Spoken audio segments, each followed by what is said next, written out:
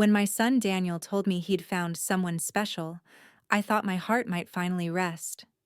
After years of raising him alone, after all the sacrifices, I could finally imagine seeing him smile at the altar, happy, fulfilled, loved.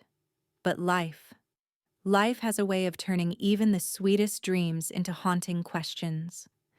And that question began with a single, simple moment, one that seemed harmless at the time.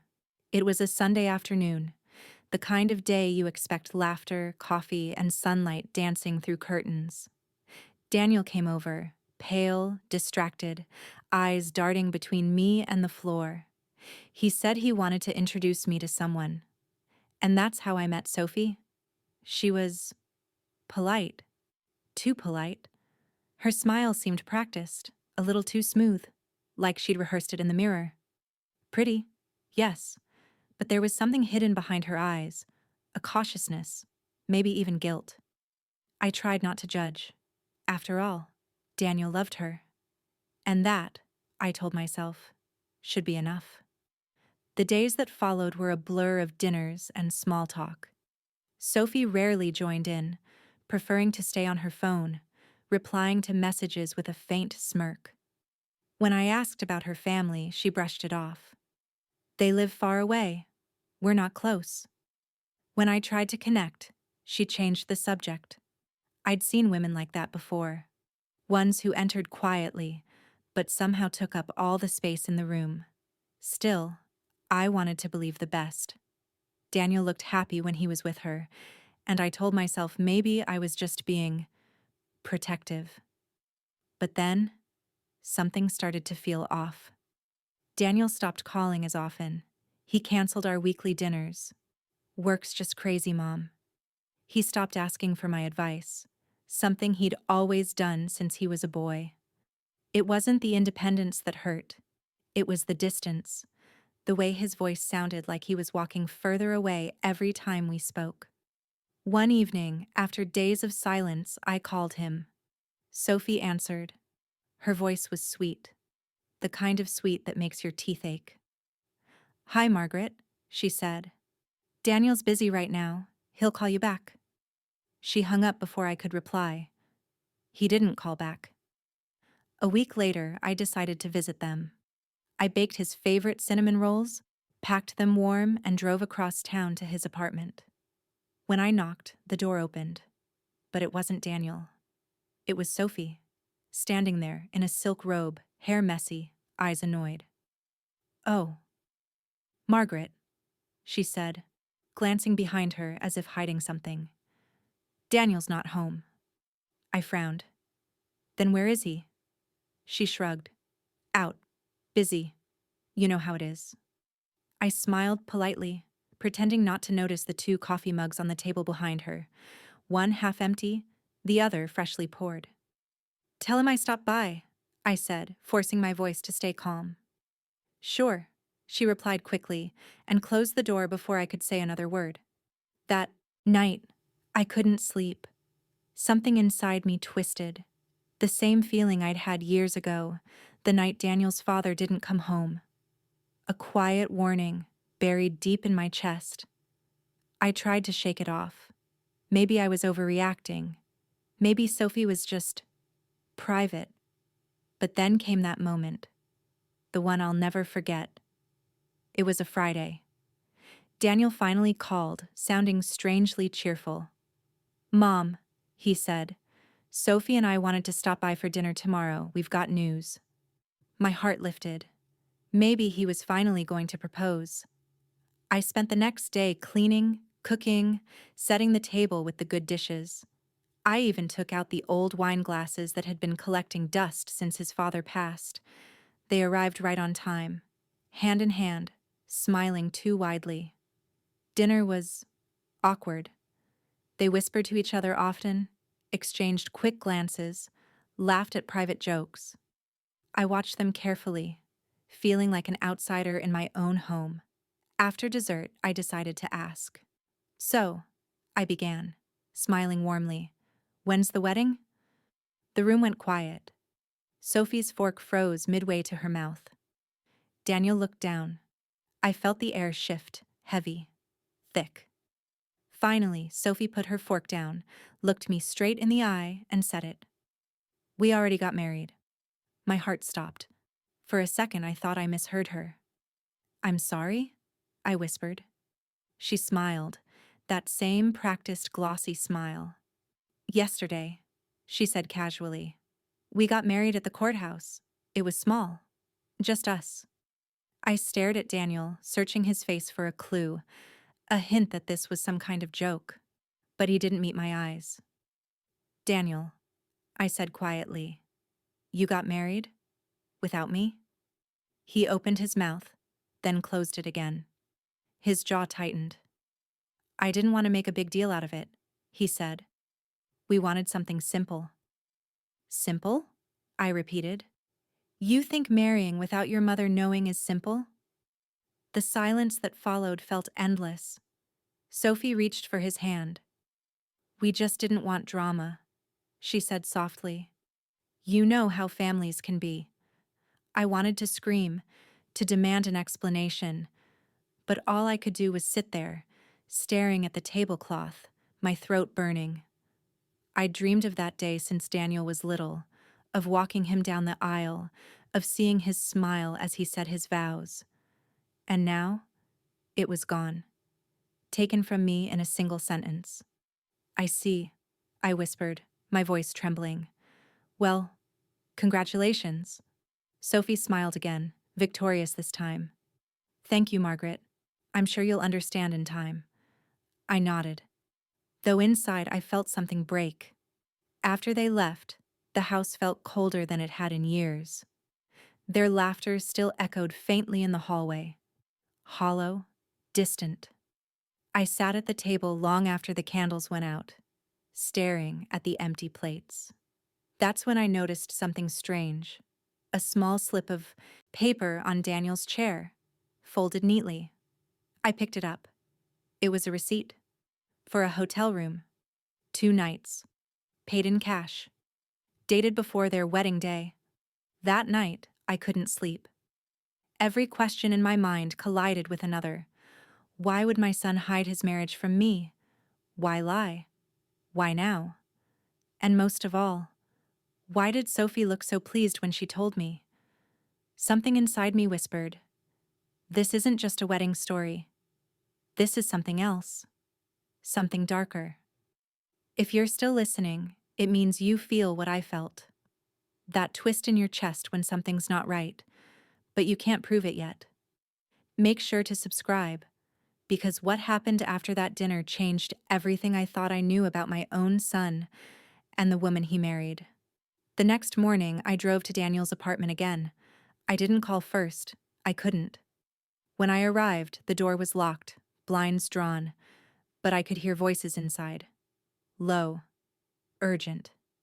I stood there, frozen, until I heard Sophie's voice. Sharp, angry.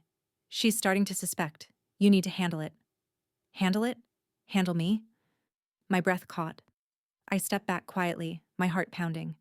Whatever this marriage was, it wasn't love. And as I walked back to my car, one thought wouldn't leave my mind. My son didn't just get married in secret. He got married into one. After that night, I couldn't look at my son the same way. His eyes used to tell me everything. Now, they told me nothing. When Daniel was a boy, I could always tell when he lied. His ears would turn pink. His hands would tremble.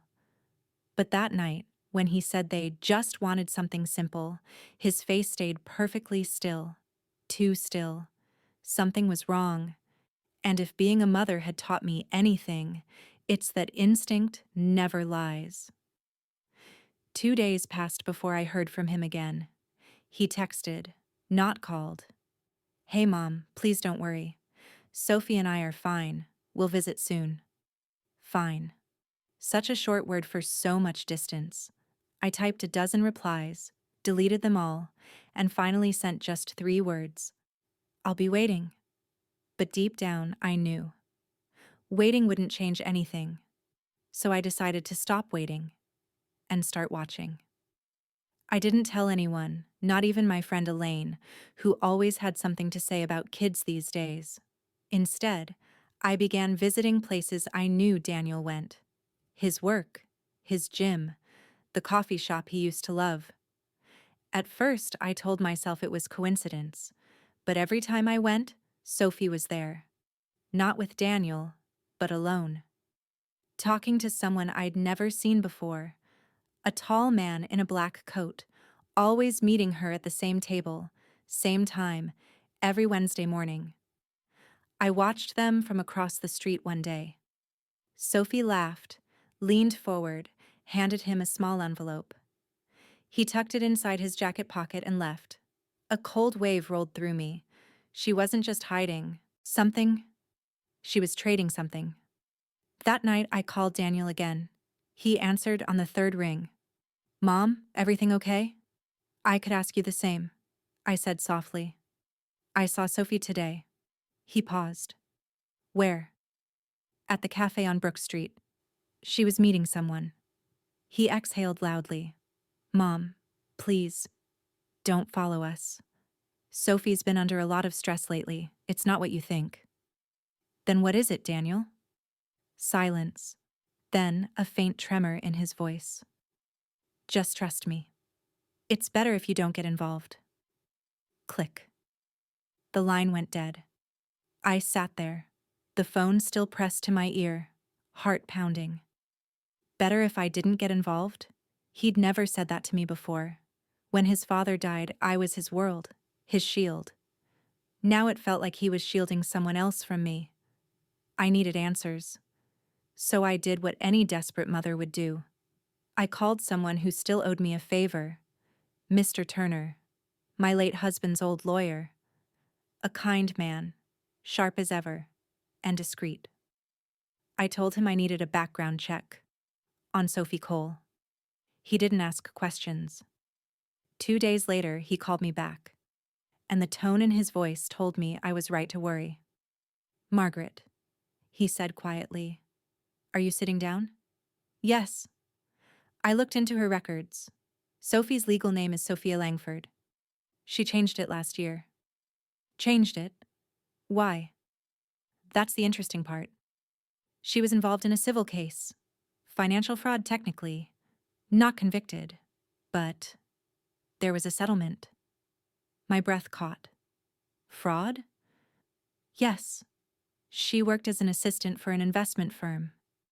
Money went missing. About $50,000. She claimed innocence, but the case was sealed. I had to pull strings just to see that much. I felt my stomach drop. So Daniel doesn't know? I can't say. But if he does, he's keeping quiet. That night, I couldn't eat. Couldn't think. Every moment replayed in my mind. Sophie's perfect smile, her dismissive tone, the hidden man in the cafe. She wasn't a victim. She was a strategist. And my son was her next project. The next morning, I went to their apartment again. This time, I didn't knock. I waited by my car until Daniel left for work, then approached the door. Sophie opened it halfway before realizing it was me. "Oh, you." Her voice was cold. "We need to talk," I said. She crossed her arms. "I'm busy." "It'll only take a moment." Her lips twitched, not quite a smile. "Fine, come in." The apartment was spotless. Too spotless, like it was staged. No personal photos, no warmth. She sat down, gesturing toward the couch. "What's this about?" I didn't waste time. "Who's the man you meet every Wednesday on Brook Street?" Her eyes flickered just for a second. Then she laughed. "You've been following me?" "Answer the question." She stood up, walked to the window. "You really don't like me, do you?" "I don't trust people who lie." Her smile faded. "You think you know your son, Margaret, but you don't. Daniel's not the little boy you raised anymore." "What are you talking about?" She turned, leaning against the wall, her eyes sharp now. "You think he's innocent in all this. But maybe he's hiding things too." "What things?" I demanded. She just smiled again, That same rehearsed cruel smile. Ask him. That night, when Daniel came over, I did. We sat in silence for a long time before I spoke. Why did you marry her in secret, Daniel? Tell me the truth. He rubbed his temples. Because I knew you wouldn't approve. Approve of what? Her? Or what she's hiding? His head snapped up. What did you find out? Enough, I said softly. Enough to know she's not who she says she is. He stood, pacing. Mom, please. You don't understand. Sophie's had a hard life. She made mistakes. But she's trying to start over. I shook my head. Mistakes? Daniel, she changed her name to hide from her past. That's not starting over. That's running. He slammed his hand on the table. Stop treating me like a child. The echo of his anger filled the room. I flinched. He'd never raised his voice at me before. I love her, he said quietly, and I'm not leaving her. Then he walked out, leaving me in the quiet wreckage of a mother's worst fear, losing her child not to death, but to someone's manipulation. Days turned into weeks. Daniel stopped calling again. Neighbors whispered that they'd seen him arguing with Sophie in the parking lot. And then, one morning, I found an envelope on my doorstep. No return address. Inside, a photograph. Sophie, sitting at that same cafe. Next to her, the man in the black coat. Only this time, he wasn't taking an envelope from her. He was handing her one. And underneath the photo, scribbled in messy handwriting, were 5 words that made my hands shake. She's not who you think. If you've ever watched someone you love slip into someone else's control, you know the kind of fear I felt that day. If you're still here, make sure to subscribe, because what I found next didn't just threaten my son's marriage, it threatened his life. The next morning, I went back to see Mr. Turner. He frowned when I showed him the photo. This man, recognize him? I asked. He looked closely, then froze. Yes, that's Adam Bennett. He was Sophie's lawyer during her fraud case. I stared. Her lawyer? He nodded grimly. And rumor was, they were more than that. My blood ran cold. So she's still seeing him? I don't know. But if she is, your son's in deeper trouble than you realize. I drove home in silence, gripping the steering wheel until my knuckles turned white. Every warning, every instinct, every uneasy feeling, they were all pointing in the same direction. Sophie wasn't building a marriage, she was building a trap. And my son had walked right into it. That night, I made myself a promise.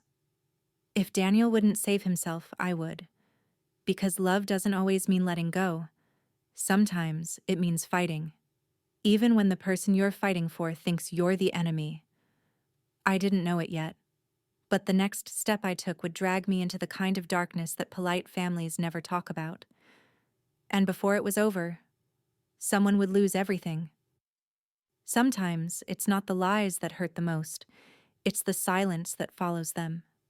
The silence that tells you the person you love isn't just hiding something, they're protecting it. After learning about Sophie's past, I couldn't rest. Every second of the day was filled with questions. How much did Daniel know? How much was he pretending not to know? But I didn't have time to drown in my thoughts, because the next blow came faster than I could have imagined. It started with a phone call. Mrs. Cole? The voice was unfamiliar, polite, professional, almost rehearsed. This is Mr. Harris, from the county court. We've received some paperwork regarding your estate. I just wanted to confirm you're aware of the competency hearing scheduled for next month? I froze. Excuse me? My what? He cleared his throat. The hearing, to determine your capacity to manage your own affairs. The request was filed by your son, Daniel Cole, and his wife, Sophie. For a moment, I couldn't speak. My mind blanked. Then the words hit me like cold water. They were trying to have me declared incompetent. I barely remember hanging up. My hands were shaking so hard I dropped the phone twice. Daniel. My Daniel. The boy I'd fed, bathed, sacrificed everything for. He'd signed a document to strip me of my home, my finances, my freedom. I drove straight to his apartment, the letter still trembling in my hand. When he opened the door, I saw guilt written all over his face. Mom, I was going to tell you. I pushed past him. You filed a petition to have me declared mentally unfit? His jaw clenched. It's not like that. Then what is it like, Daniel? Tell me how betraying your mother is somehow different from what it looks like. Sophie stepped out from the kitchen, calm as ever, holding a cup of tea. Please don't yell, she said softly. We're just trying to help you. Help me? I repeated, laughing bitterly. By taking everything I own? She sighed, setting her cup down. You've been unstable lately, following us, making accusations. It's not healthy. Daniel's worried. I turned to him. Is that true? You think I'm unstable? His lips parted, but no sound came out. That silence was louder than any confession. I walked out before my anger could turn into something worse. My vision blurred as tears burned my eyes. Outside, I sat in my car for what felt like hours. The air felt thin, cruel. Then, as if fate wasn't finished, my phone buzzed. A message from an unknown number. If you want proof, meet me behind the old library. Tomorrow, 6 p.m. No name. No explanation. I should have ignored it. But something in my gut told me this was my chance. The next day, the sky was gray, heavy with rain. I parked near the library, heart pounding. A man stepped out from the shadows, older, tall, coat collar turned up. I recognized him immediately. Adam Bennett. Sophie's lawyer, I said. He smiled faintly. Ex-lawyer, technically. What do you want from me? Nothing. Just to tell you the truth. He looked tired, almost regretful. Sophie's not after your son's love, Mrs. Cole. She's after your property. Your husband's inheritance. Daniel's name gives her access. Your signature seals it. I stared at him, speechless. He continued. The petition? Her idea. She convinced Daniel it's just a safety measure in case your health declines. But once it's approved, she gains legal control as his spouse. Why are you telling me this? I asked. He sighed. Because I made the mistake of trusting her once too, and she ruined me. I felt dizzy. The streetlights blurred into streaks. I whispered, how do I stop her? He reached into his coat and handed me a flash drive. Everything you need is on here. Copies of her sealed case files, messages, transaction records. Take it to someone you trust. Before I could thank him, he was gone, swallowed by the rain. That night, I didn't sleep. I plugged in the drive, one trembling hand at a time. Dozens of documents opened on the screen. Bank transfers, fake contracts, messages between Sophie and an unnamed accomplice. The words made my stomach twist. Once the mothers declared incompetent, move funds into shared account, split after sale. My heart raced. She wasn't just planning to take everything. She'd been planning it before she even met Daniel. And now, the clock was ticking. The next morning, I drove straight to Mr. Turner's office. He studied the files, his expression hardening. This is serious, Margaret. You need to act before that hearing date. What can I do? He leaned back. We'll file a counter motion, but we'll need evidence she manipulated Daniel. Testimonies, witnesses. I'll get whatever you need, I said firmly. He smiled faintly. That's the spirit. But be careful. People like Sophie don't back down easily. Over the next week, I gathered everything I could. Messages from Daniel where Sophie spoke for him, receipts in her handwriting, even neighbors' accounts of her arguing on the phone, saying things like, he'll sign it, just stop calling me. Each piece felt like a puzzle slowly clicking into place, a terrifying, perfect picture. But what hurt most was realizing Daniel wasn't blind. He knew something wasn't right. He just didn't have the strength to admit it. One night, I found him waiting outside my house. Rain poured down, soaking his jacket. His face looked hollow. "Mom," he whispered, "I made a mistake." I said nothing, just opened the door. He stepped inside, trembling. "She said it was temporary, that we'd protect you from people trying to scam you. She said it was just legal paperwork." "Did you read what you signed?" I asked quietly. He shook his head, tears welling in his eyes. "She said she'd handle everything," he whispered. "I thought I was helping you." My heart broke. Not from anger, but from pity. He was still that boy who wanted to protect me, just too trusting to see the truth. We spent hours going through the evidence together. At first, he refused to believe it. Then, as the messages and photos piled up, his face turned pale. "She used me," he murmured. "She used us." He buried his face in his hands. "What do I do, Mom?" I reached over and squeezed his shoulder. "We fight."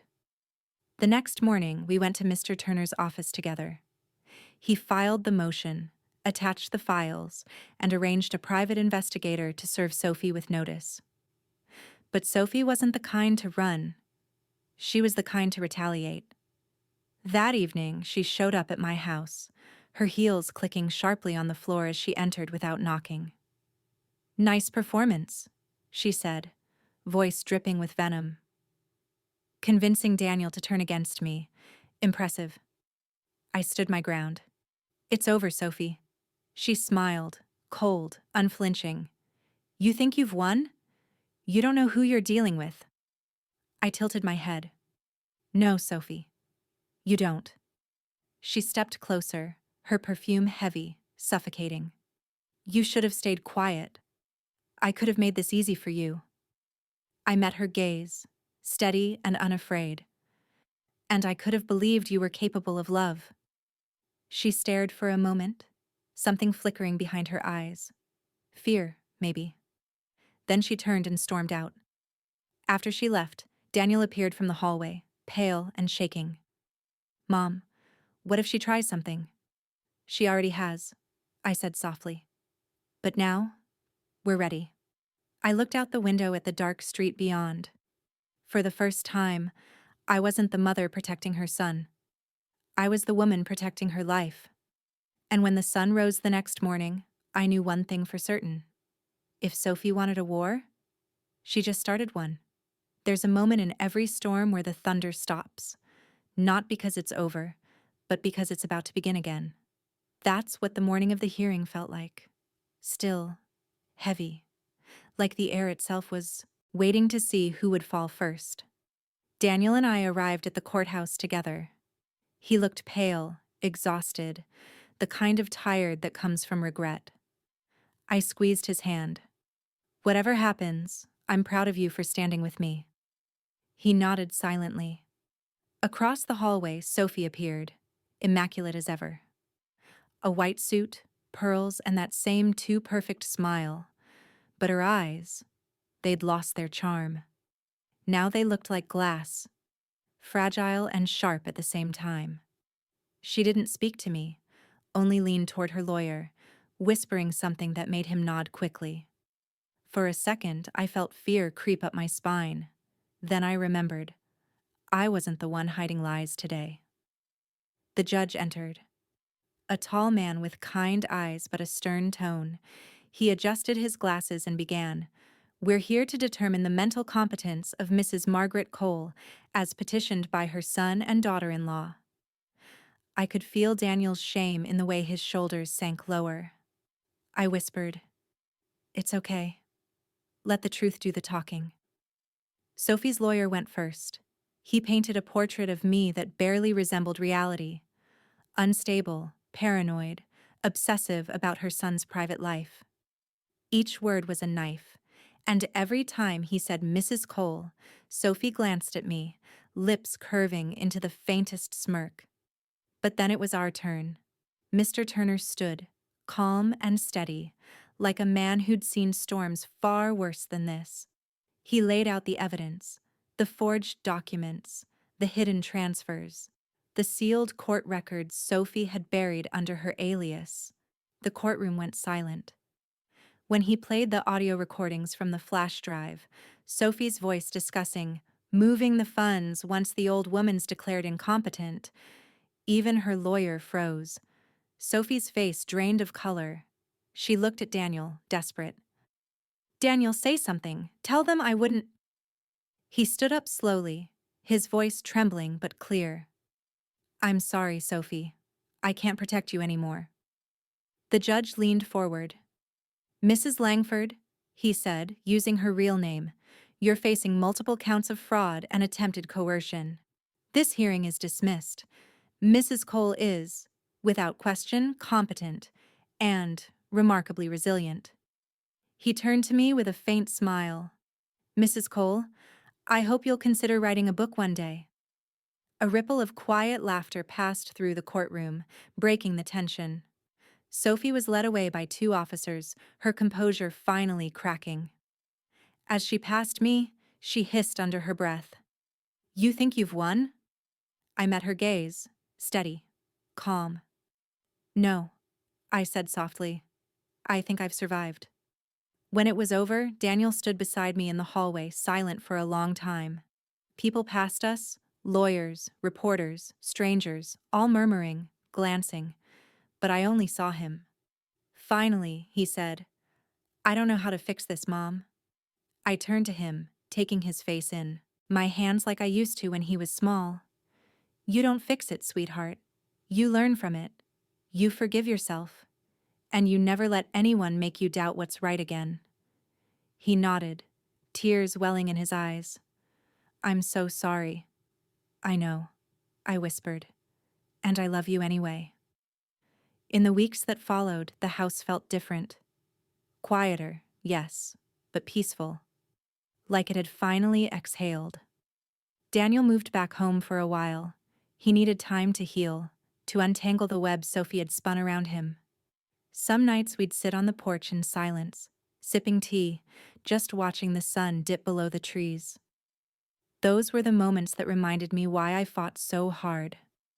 Not for pride, not for revenge, but for peace. One evening, he said something I'll never forget. "You always said love can blind people. I thought you meant romantic love. But I get it now. It's not about closing your eyes.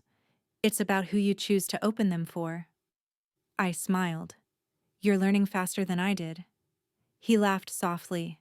"Maybe, but I had a good teacher." A month later, a letter arrived from the court. All charges against me were dropped, and Sophie's case was officially reopened. Justice, slow, but steady. I placed the letter in the top drawer of my desk, right next to an old photo of Daniel as a boy. Missing teeth, muddy hands, grinning from ear to ear. That's the version of him I fought for. That's the version I'd protect again, no matter the cost. People sometimes ask me if I regret what happened, if I regret pushing back, if I wish I'd just stayed quiet and let time handle it. But silence is how manipulators win. And love, real love, demands courage, not comfort. I lost a lot in that battle.